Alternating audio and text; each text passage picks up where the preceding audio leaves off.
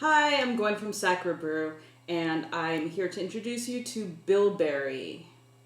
Bilberry is a Belgian pale ale. It's a spicy Belgian pale ale, unlike my other pale ales.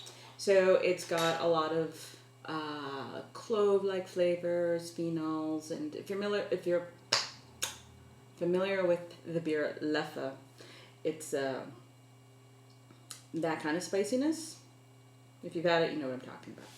Anyway, so yeast come in all matters of strains, and the yeast produce a lot of the flavors in the beer. So depending on the yeast strain you use, you end up with different flavors. So this one you end up with a little fruitiness and a little bit of phenols, which is how the cloves and spicy flavors are classified. So this is, it's also brewed with bilberries, hence the name. Not a lot, just a little bit, and it gives it a little bit of tartness, which I think makes it a really interesting beer. It's easy drinking. It is, I didn't prepare myself properly and get to the right page. Everybody thinks I have like my recipes memorized, and I don't. I mean, I could tell you a few things, but here we go. Yeah, so it's got a nice kind of orangey amber color to it. It's got a nice white head. Head's very important, you know, in beer. It kind of filters the liquid part as it goes into you, and it changes the flavor. So this is a base on mostly Pilsner malt. It's got a little bit of Cara Munich 1, which is a German crystal malt. Very fruity, not in your face. Sweetens it up a tiny bit, adds some dextrins to it, gives it a little more body. Didn't use a lot though. There's also aromatic malt, which is functions in similar ways to Cara Munich. Gives it a little more body and some other interesting flavors. It gives it a little more depth and a tiny bit of sweetness. So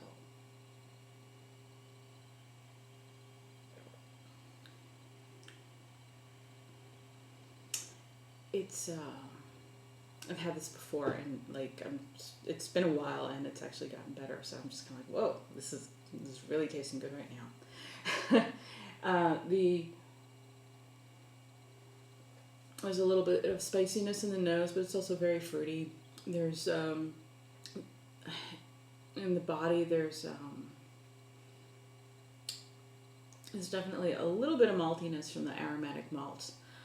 Not a lot, but I think the bilberries are really going to work there, and just kind of whereas earlier this beer was just kind of tart, and now like the bilberry flavor is kind of coming through a bit. Bilberries are kind of like European wild cranberries, so they're not, you know, they have that sharp flavor, but there's like the meaty part of the fruit is actually coming through now, and it's really nice.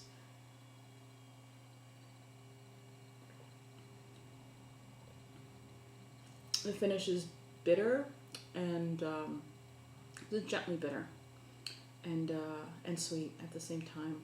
Not too sweet either. I think it's really well balanced, and it's just pretty easy to drink.